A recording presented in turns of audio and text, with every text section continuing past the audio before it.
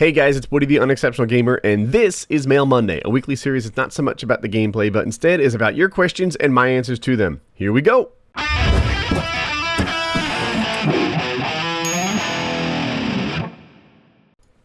I broke the bro code. Hey Woody, I'm an avid watcher of your videos and I think of you as a source of guidance. I was texting my best friend Amy. I think these are all fake names because they're in quotes. And she told me that my best friend Gary proclaimed his love for her.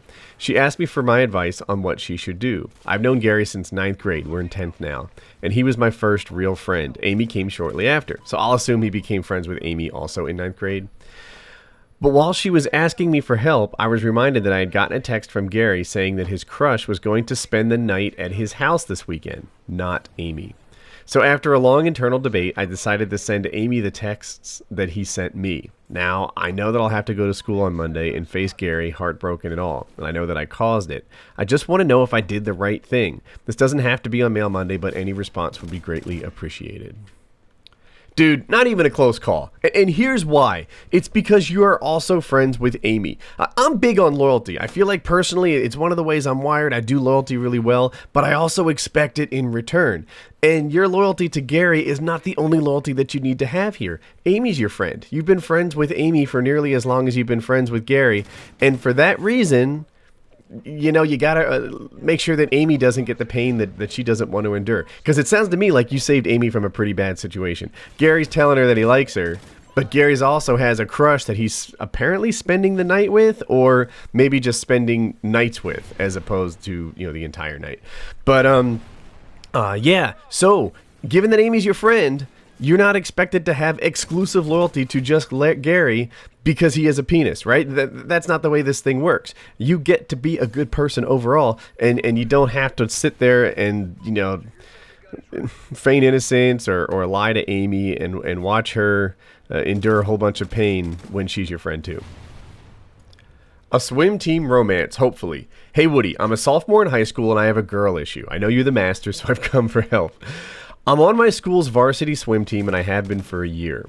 In this new mix of freshmen brought up this year, there's this one girl who struck me as incredibly pretty. At that time, I was in a relationship that was slowly broken down and it ended a month ago. The week after my breakup, I decided I was free to talk to this freshman. It turns out she's really cool and funny, and it made me like her even more. I wasn't sure she liked me, but I've been getting subtle hints ever since. Random compliments, more touching than normal, quick glances and smiles. She's really shy. So I had to initiate the conversations, but when we do talk, it's nice. She invited me to movie night with the swim team Saturday. I was planning on making the movie, like holding her hands or something. Unfortunately, some senior guy, a really creepy dude, kept getting in between us. To get to the point, I want to ask her out and I don't know what to do. What do I say exactly? I'm 15 years old, so I don't drive yet. I just need to know if she likes me from those signs and exactly what to say. She is super, super pretty, so maybe I'm just interpreting the signs wrong because I want her to like me so bad. Is it too soon for my other relationship? I'm young and dumb about these things, Woody, and I need some advice. I really don't care about Mail Monday. I just love a response of some sort. Thanks. I picked this letter just to say these two things, and I hope they burn in. One, she likes you. She seems to anyway. This is how shy girls tell you they like you. They touch slightly more than normal. They smile. Your jokes are a little bit funnier, and you know, they give you that kind of attention. I think you're reading the signs right based on what you're telling me. I haven't seen it myself, but that's what it seems. And the other one, and get this and remember it. Attraction has an expiration date. I'm a little concerned that you're already like 3 weeks into this thing and you're trying to figure out how to ask her to go out with you. Dude, you gotta step up. You gotta step up now. I'm telling you, even if she does like you, 2 weeks from now, you'll have missed your window. Attraction has an expiration date. If you're getting some sort of go-ahead, some sort of clearance, you need to pounce, baby. You need to make this happen. You can't just sit there and take your time to the tune of 3 weeks or 5 weeks or however long you're going to let this go. Attraction expires, and you've probably seen this in yourself at some point. You've probably had these chances where you're like, you know, man, I liked her 3 weeks ago, but you know what? On second thought, I don't know if she's the greatest. I don't know if she's the best of this menu of girls that I'm talking to, which is something that only happens while you're in school, by the way. So those of you in college, pick a girl now. But attraction has an expiration date, and you need to make your move. As far as how to ask her, oh God, she already asked you, right? Why is she the one with the balls in this relationship? I feel like the unasked part of that question is, like, how do I ask her, or where do we go, or what do we do? You want to be dating this girl, but you don't know how to make that happen. Invite her to a place and call it a date. And if she accepts it, you're dating. There you go. What kind of places can you go before driving? Well, first of all, don't sweat too much the fact that you're not driving. You might be a sophomore who's only a year away from the guys who are starting to drive, or maybe even some sophomores start driving where you are. Where I grew up, juniors started driving. Anyway, she is just a few months out of middle school, and she doesn't have this like expectation of driving. And I assure you, her parents are thrilled to death that you can't drive. So what do? You can invite her to go ice skating. And yeah, your parents or something would have to take you there. But ice skating, roller skating, whatever, as lame as that sounds, isn't such a bad idea, and it creates a natural kind of separation from whoever took you there. I promise you, your dad does not want to hold your hand and go ice skating with you. He wants to drop you off, let you have your date, pick you up afterwards, etc. This stuff is appealing to everyone involved because it's kind of structured, and there's a start and there's a stop, and it's a nice first date. The same is kind of true of like a mini golf type place if you have that nearby. Some people call it putt-putt, depends on where you live. Those are good ideas. Oh, my famous making brownies thought. But, that kind of thing works. Making brownies is actually kind of fun. It's a joint activity. You think about it, lick the spoon afterwards, whatever. It's a good time, and it's also kind of a structured thing that, like, someone who's early freshman. Oh, international people, freshman means like 14, sometimes even 13 years old.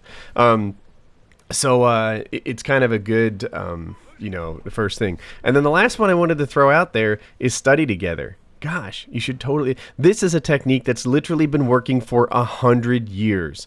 Asking a girl to study with you. If she says yes, you might want to end up going to her house. I know, like with my daughter, we're kind of sketchy about letting her go to boys' houses and stuff, especially as a first date.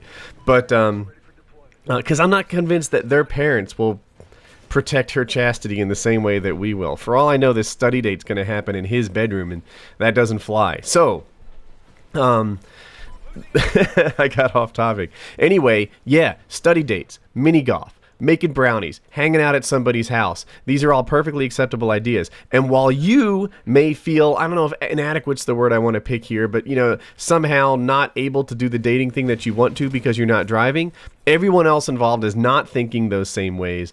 She's a freshman. Her and her parents and all her whole experience is more than happy that you can't drive, and no one's expecting it from you.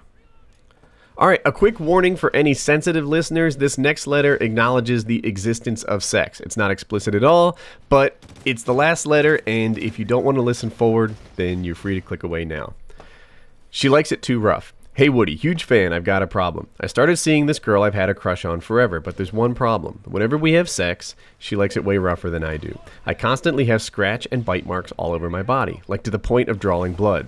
Anyway, I've tried talking to her about it, but she seems sorry, and she says that's what she likes.